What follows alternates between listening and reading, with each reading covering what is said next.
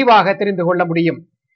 இப்போது இது தொடர்பாக, இந்த லானபிய பாதி தொடர்பாக நீங்கள் இன்னும் சிறிது விளக்கினீர்களே ஆனால் நன்றாக இருக்கும். பல்வேறு ஹதீசுகளில் லானபிய பாதி என்ற சொல் வந்ததாக நாம் பார்க்கின்றோம். அதே போன்று பல்வேறு ஹதீசுகளில் இந்த உம்மத்தில் முஹம்மது முஸ்தபா ஸல்லல்லாஹு அலைஹி வஸல்லம் உம்மத்தில் ஒரு நபி வருவார் என்பதும் வந்ததாக நாம் பார்க்கின்றோம்.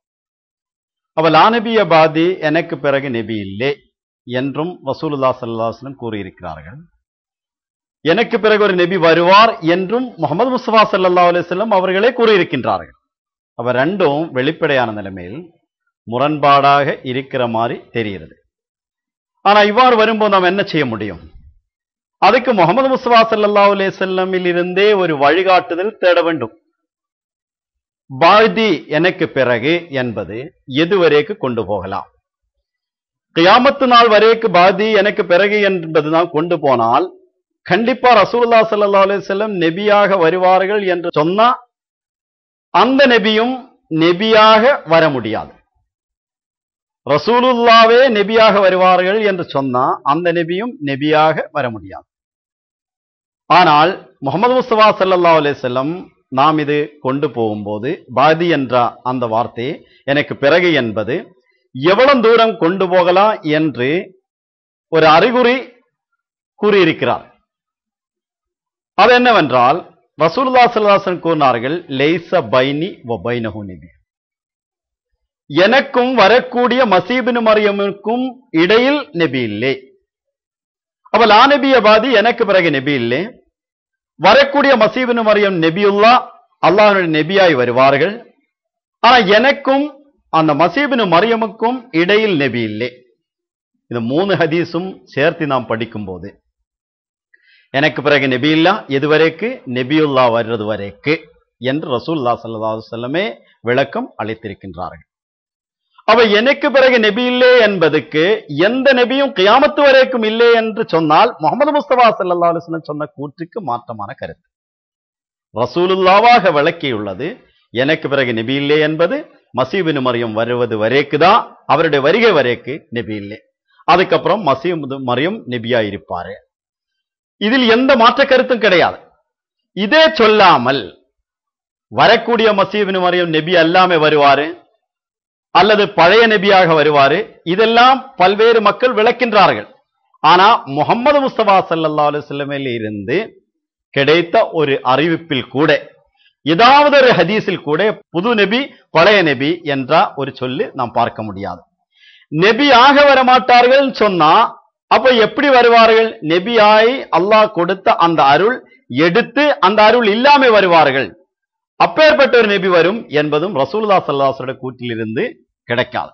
அப்படி சொன்னால் அது குஃப்ரி என்று கூடி மார்க்க அறிஞர்களும் சான்றோர்களும் இதற்கு முன்னாடியே எழுதியுள்ளது நாம் இந்த இடத்தில் நினைவு கூறுகின்றோம்.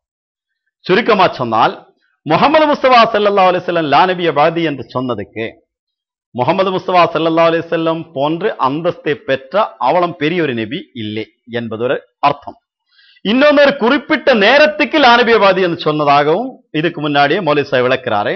ஹாரூன் நபி மூசா நபி கூட இருக்கும் போது நபியாக இருந்தாரு. ஆனா அதே போன்று மதீனாவில் ஹஜரத்து அலி ரலியல்லாஹு தஆலா இருக்கும் போது நபியாக அந்த குறித்த நேரத்தில் நபியாக இருக்க மாட்டார்கள் என்று ரசூலுல்லாஹி ஸல்லல்லாஹு அலைஹி வஸல்லம் அந்த குறித்த நேரத்து பாதி என்ற வார்த்தை எனக்கு பிறகு என்பதற்கு குறித்த ஒரு நேரத்தை எடுத்து கூறினார்கள். அந்த அந்தஸ்தை பெற்றாலும் அந்த குறித்த நேரத்தையும் எடுத்து இனி பாதுக்கு நாம் இழுத்துட்டு போனால் நபியுல்லாஹாக வருவார்கள் என்று சொன்னா அது வரைக்கும் இழுத்துட்டு போகலாம். அந்த இடத்தில் மார்ஜன் முடிகிறது. அந்த இடத்திலிருந்து இனி நபி வரும் என்பதுதான் தெரிகிறது. அவ லா நபிய பாதிக்கு இந்த அர்த்தம் தான் உள்ளது.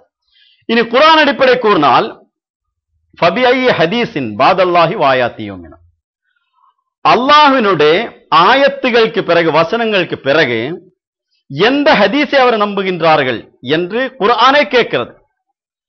அவள் ஆனபிய பாதி ரசூலுல்லாஹி ஸல்லல்லாஹு அலைஹி வஸல்லம் சொன்னதுக்கு பிறகும் குர்ஆன் சொன்னதுக்கு பிறகும் ஒரு ஹதீஸ் இருக்கு என்று சொன்னால் அந்த ஹதீஸே கிடையாது.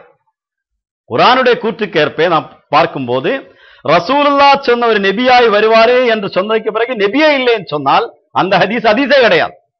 ரசூலுல்லாஹ் சொன்னதுக்கு மாற்றமான ஒரு முரண்பாடு நாம் ஹதீஸில் பார்க்க முடியாது. அதே போன்று குர்ஆனிலும் முஹம்மது முஸ்தபா ஸல்லல்லாஹு அலைஹி வஸல்லம் உம்மத்தில் ஒரு நபி வருவார்னு சொல்லும்போது அந்த குர்ஆனுடைய கருத்துக்கு மாற்றமான நிலைமையில் ஒரு ஹதீஸ் இருக்கு சொன்னா அதுவும் ஹதீஸ் கிடையாது.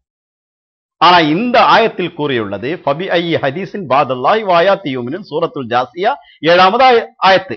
அதில் கூறிയിട്ടുள்ளது அல்லாஹ்வினுடைய வசனங்களுக்கு எதிராக அல்லாஹ்வினுடைய வசனங்களை விட்டுவிட்டு எந்த ஹதீஸை அவர் நம்புகின்றார்கள் என்பதில் பாதி என்பதுக்கு எதிராக விட்டுவிட்டு என்ற 2 அர்த்தம் வந்துள்ளது. இதுக்கேற்ப நாம் ஆய்வு செய்யும் போது முஹம்மது முஸ்தபா ஸல்லல்லாஹு அலைஹி வஸல்லமுக்கு எதிராக எந்த நபியும் வராது. ரசூலுல்லாஹி ஸல்லல்லாஹு அலைஹி வஸல்லம் தன் உம்மத்தில் வருவார்னு சொன்ன நபி தன் உம்மத்தில் தன்னுடைய கலீஃபையாக தான் கொண்டு வந்ததே மெய்ப்பிக்கக்கூடிய நபியாக என்பது கூட குர்ஆனில் இருக்குது. அப்படி வருவாரு என்பது உண்மை. ஆனால் அது மறுக்கக்கூடிய ஒரு நபி வருவாரு என்பது கிடையாது. அதே போன்று அது விட்டு விட்டு வரக்கூடிய ஒரு நபி சம்பந்தமாகவும் குர்ஆன் அடிப்படை பார்க்கும் போது இஸ்லாத்தில் அது இடம் கிடையாது. அதுவும் குர்ஆனிலே இருக்கின்றது.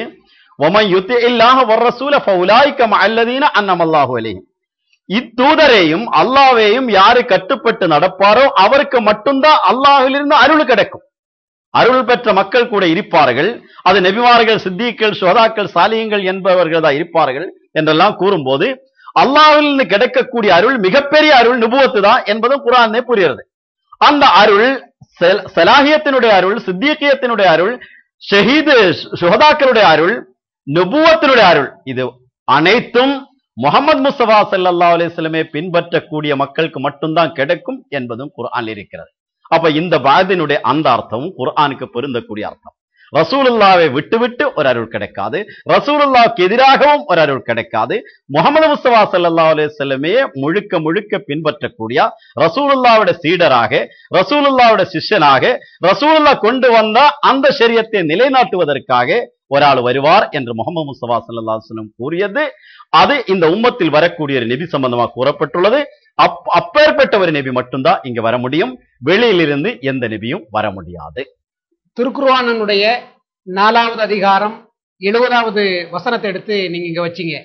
எவர் அல்லாஹ்வுக்கும் இந்த ரசூலுக்கும் கட்டுப்பட்டு நடப்பார்களோ அவர்கள் அல்லாஹ் அருள் புரிந்தவர்களான நபி, சித்திக், ஷஹீதுகள், சாலிஹீன்கள் ஆகியோர்களை சேர்ந்தவர்களாக இருப்பார்கள் என்று திருக்குர்ஆன் கூறுது.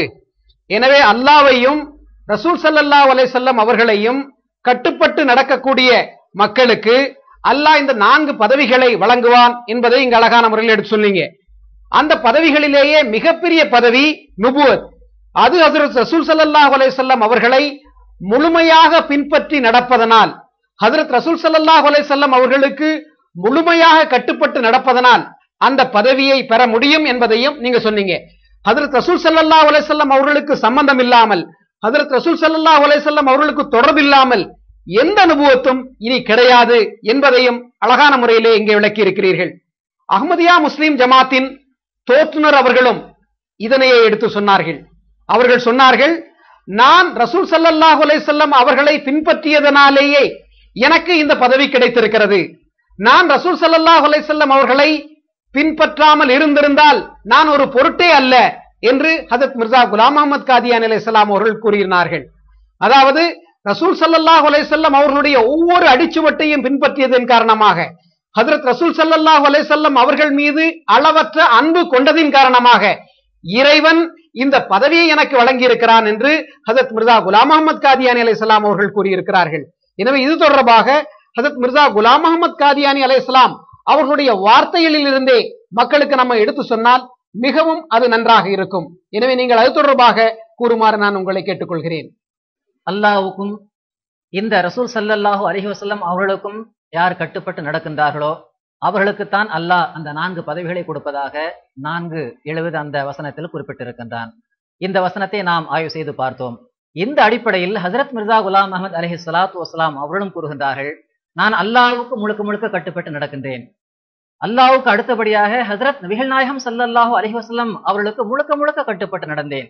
அவ்வாறு கட்டுப்பட்டு நடந்ததன் காரணமாகத்தான் இறைவன் இந்த பதவியை எனக்கு வழங்கி இருக்கிறான் என்று குறிப்பிட்டிருக்கிறார்கள். அன்னாருடைய சொந்த வாக்கியங்களில் கூறப்போனால் கேளுங்கள்.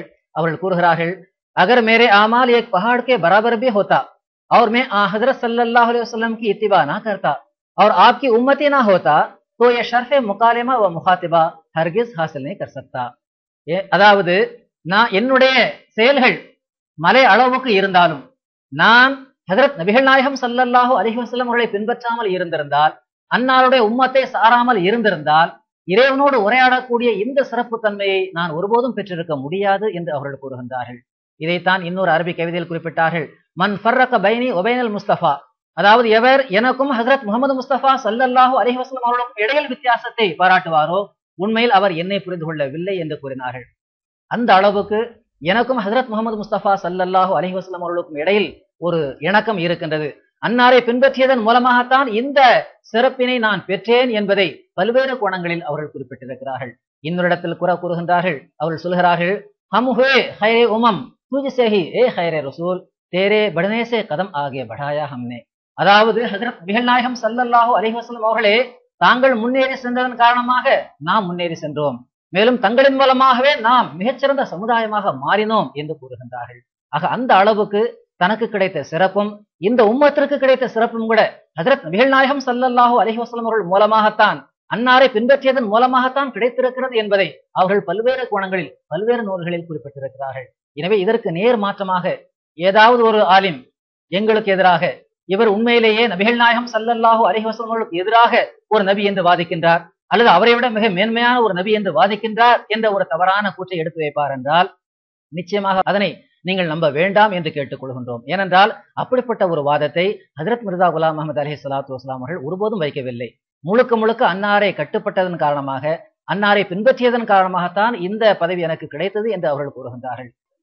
அன்பிற்குரியவர்களே, அல்லாஹ்வையும் ஹஜ்ரத் ரசூல் ஸல்லல்லாஹு அலைஹி வஸல்லம் அவர்களையும் முழுமையாக கட்டுப்பட்டு நடக்கக்கூடிய மக்களுக்கு அல்லாஹ் 4 பதவிகளை வழங்குவதாக நாம் இங்கே எடுத்து கூறினோம். நபி, சித்திக், சோதா, சாலிஹீன் ஆகிய 4 பதவிகளை அல்லாஹ் வழங்குகின்றான். ஆனால் இன்றைய முஸ்லிம் ஆலிம்கள் சித்திக்குகள் வரலாம், ஷஹீதுகள் வரலாம், சாலிஹீன்கள் வரலாம், ஆனால் நபி வர முடியாது என்று கூறுகிறார்கள். ஆனால் ஹஜ்ரத் முஹம்மது முஸ்தபா ஸல்லல்லாஹு அலைஹி வஸல்லம் அவர்களை முழுமையாக பின்பற்றுவதனால் ஒருவர் அந்த அந்தஸ்தையும் நுபுவத் என்கின்ற அந்தஸ்தையும் பெற முடியும் என்பதை திருக்குர்ஆன் நமக்கு எடுத்து காட்டுகிறது.